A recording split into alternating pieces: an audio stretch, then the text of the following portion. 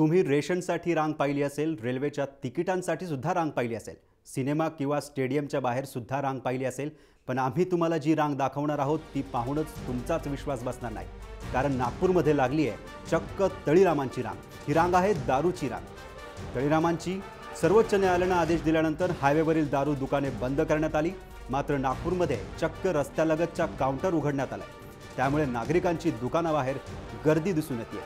संध्याकाळी 6 वाजल्यापासून रात्री 11 वाजेपर्यंत दारूच्या दुकानाबाहेर नागरिक गर्दी करत असल्यानं महिलांना घरातून बाहेर पडणं अशक्य झालंय. तर या भागातील काही नागरिक दुकान बंद करण्याची मागणी करतात. या संदर्भात आढावा घेतलाय आमचे प्रतिनिधी विजय दिघे यांनी. सर्वोच्च न्यायालयाच्या निर्णयानंतर स्टेट हायवे आणि नॅशनल हायवेवरची दारूची दुकानं बंद करण्यात आलेली आहे. मात्र जी दुकानं सुरू आहे त्या दुकानांमध्ये आपण बघू शकतो की एकच गर्दी आहे. ही जी गर्दी आहे ही कुठल्या सिनेमाच्या तिकिटासाठी नाही, कुठली जेवणाची लाईन नाही, तर ही गर्दी आहे, ही लाईन आहे दारू खरेदी करण्यासाठी.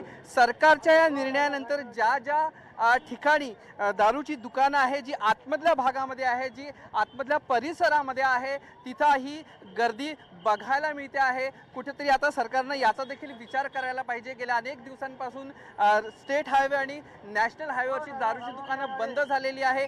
एकंदरीतच हा निर्णय याच्यावर अद्याप निर्णय यायचा आहे. कारण अनेक भागांमध्ये रस्ते जे आहे, नागपूर महानगरपालिकेच्या रस्त्यांवरची जी दुकानं आहे ती अद्यापही सुरू आहे. तर काही भागांमध्ये जिथं लोक राहतात अशा भागातील देखील दुकानं सुरू आहे. त्यामुळे एक वेगळा माहोल जो आहे तो तयार होताना दिसतो आहे. कॅमेरा पर्सन दिनेश सातपुतेसह विजय दिघे, जय महाराष्ट्र न्यूज, नागपूर.